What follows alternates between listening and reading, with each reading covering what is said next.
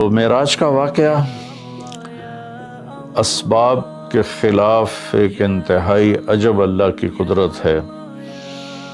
یہ واقعہ طائف کے بعد پیش آیا ہے، جب آپ بے بس ہو گئے تھے، پتھر کھا کے شدید زخمی ہوئے۔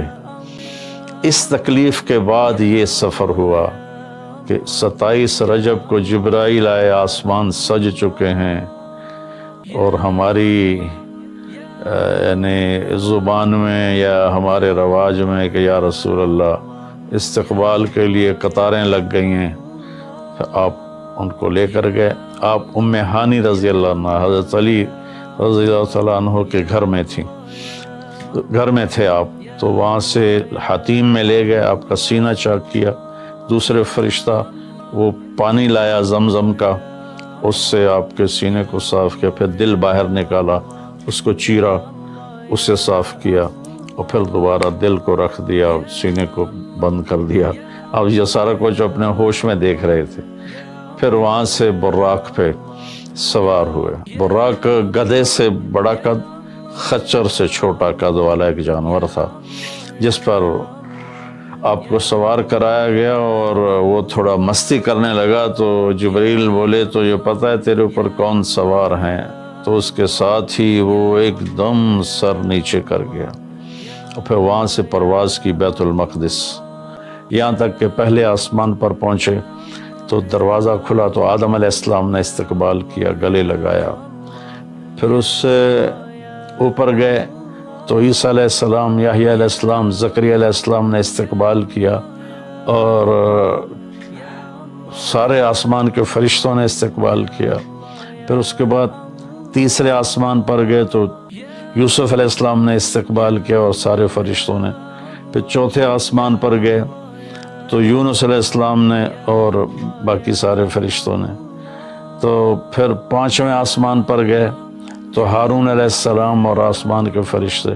پھر چھٹے آسمان پر گئے تو موسیٰ علیہ السلام اور موسیٰ علیہ السلام کے آسمان کے فرشتے۔ پھر اب ساتویں آسمان پر گئے، وہاں ایک بیت اللہ تھا، وہاں ایک بزرگ سفید داڑھی والے یوں کر کے بیٹھے ہوئے تھے، یوں کر کے، اور لمبے ان کے بال تھے، لمبی داڑھی تھی۔ وہ نہیں اٹھے، وہ بیٹھے رہے۔ جب اب قریب آئے تو وہ کھڑے ہوئے اور کہا میرا بیٹا آ گیا۔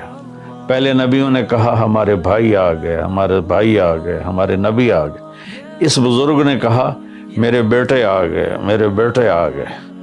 تو آپ نے جبریل سے پوچھا یہ کون بزرگ ہیں؟ تو انہوں نے فرمایا یہ آپ کے دادا ابراہیم علیہ السلام ہیں۔ تو آپ وہاں سے تشریف لے گئے تو سدرۃ المنتہا، جہاں بارڈر آ جاتا ہے ان مخلوقات کا، بارڈر پر جبریل نے کہا یا رسول اللہ بس آگے میرے پاس ویزا کوئی نہیں ہے، ایک بالشت بھی اوپر جائے، ایک گٹھ بھی اوپر جاؤں گا تو جل کے راکھ ہو جاؤں گا۔ اللہ نے ایک تخت اتارا، اس سے اپنے محبوب کو بٹھایا، اور وہ گئے بلندیوں کو چیرتے ہوئے، اس نے عرش پر جا کر لینڈ کیا۔ آپ اترے اور میرے اللہ تعالیٰ نے کہا ثم دنا فتدلی فکان قاب قوسین او ادنی۔ اللہ تعالیٰ نے اپنے محبوب کو اپنے قریب کر لیا، اتنا قریب کیا کہ فاصلے مٹ گئے، فاصلے مٹ گئے۔ تو بھائیو پھر لمبا واقعہ ہے، اور لوگ آج کل اتنا لمبا سنتے بھی نہیں ہیں، تو میں صرف جانے کا بتا دیتا ہوں۔ واپسی کا بھی پورا ایک کہانی ہے، جنت دکھائی، جہنم دکھائی، جنتی دکھائے، جہنمی دکھائے، سارا کچھ دکھایا، سود خور دکھائے، بے نمازی دکھائے، نمازی دکھائے، اپنے سب کو اپنی آنکھوں سے دیکھا۔ جہنم کو بھڑکتے دیکھا، جنت کو چمکتے دیکھا، جہنم کو دہکتے دیکھا اور جنت کو مہکتے دیکھا۔ یہ سب کچھ آپ نے اپنی آنکھوں سے دیکھا، اور پھر آپ واپس تشریف لائے۔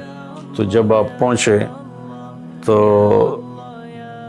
ابھی رات کا حصہ باقی تھا، اور رات گزری نہیں تھی جب آپ اتنی بڑی کائنات کا سفر کر کے واپس تشریف لائے۔ تو اس میں ایک بڑا سبق ہے، وہ یہ ہے کہ اللہ نے اپنے نبی کا ہاتھ پکڑا اور اپنی ذات تک پہنچا دیا۔ ہم اپنا ہاتھ اللہ کے نبی کے ہاتھ میں دے دیں، تو ہم بھی اللہ کی ذات تک ہماری بھی پہنچ ہو جائے گی.